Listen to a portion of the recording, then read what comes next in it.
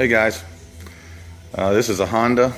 It's 2000 Honda VFR 800, fuel injected, 5th generation, and this is going to be a little introduction slash disclaimer.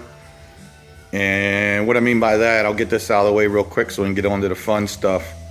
As some of you know who follow me and know me personally, I'm in the business of working on bikes, customizing bikes, building bikes.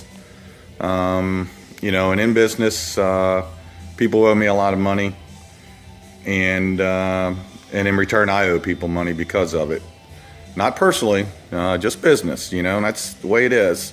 I'm sorry for that, but you know, that's the way it is. Sometimes you have good intentions, but a lot of you don't know. At one time I had 3 shops, and you know, I had 5-6 guys steady working for me, and then other guys coming in and out that kind of did a little freelance stuff. So we had so much work coming in and out at one time, and it snowballs real fast. I mean, it's tens of thousands, not one person. It just gets spread out over years, and some people would say, how's that happen? Well, I don't know, but it does. And there's not a whole lot you can do about it sometimes. People think there is. Oh, I'd put a mechanic's lien. Well, where I'm at, you can't. Oh, I'd charge them storage. Well, you can't get paid for the job. How are you going to get the storage? So anyway, that's enough of that. This bike was bought, you know, with the intent to flip it, make some money, pay some bills, pay some debt, you know, that kind of thing. It was bought for a little bit of nothing. It was in bad shape.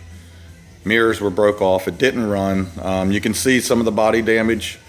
Maybe there's going to be a walk around. I'm going to explain it, but it was pretty bad. Both sides torn up.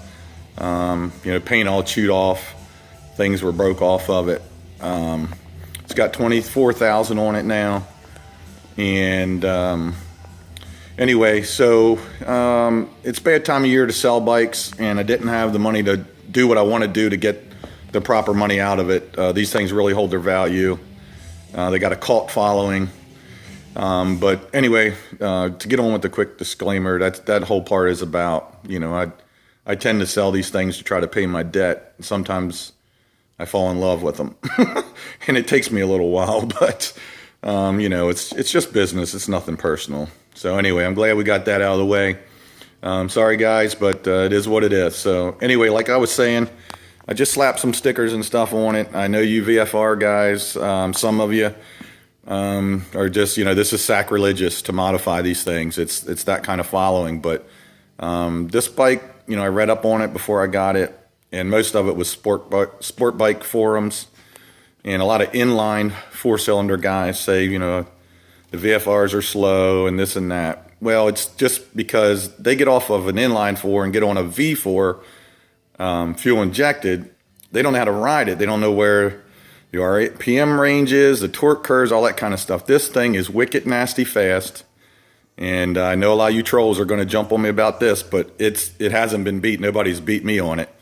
But I do know how to ride, and I do know how to race, because I've been on 2 wheels for 40 years, and I've raced everything from motorcycles to cars to even dump trucks. I even went to the Nationals, 2nd place in a dump truck once. So I know it sounds crazy, but a lot of it's got to do with how you ride. So anyway, enough of that crap. Just like I said, just wanted to do a quick introduction.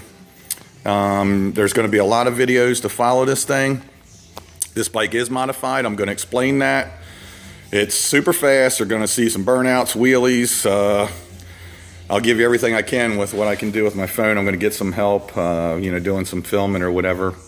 The intent is to, you know, dismantle this thing over the winter, polish the frame, fix the body damage, maybe put some new plastics on, but it's going to get, you know, a wicked paint job and all that kind of stuff. And you know, maybe the money I'm winning from street races, I'll just pay my debts with that and keep the thing, because it's such a sleeper. I mean, most people don't know what it is. I just stuffed the Interceptor stickers on there, just to kind of give some people an idea. Most people don't know what that is, but anyway, the stock exhaust has been removed, and that little teeny thing, the lighting's terrible. That little teeny thing down there is actually the muffler. You can't see inside right now, but there is a little bit of muffle to it. It is extremely loud. This thing sounds like an Indy car on steroids, if you can imagine. It's the coolest thing. People are looking a mile before I get there, and that's what I like. You know, I've had Harleys, 10-second Harleys, and stuff all my life, and always had to be loud. I never thought I'd fall in love with a VFR. But I just can't say enough about this thing. This thing is so cool, and it's a little introduction here to it. And I know I'm kind of rambling on, but it's kind of early in the morning here, so I'm not starting it now. There's going to be some walk around videos, and I'm going to explain a little bit about it.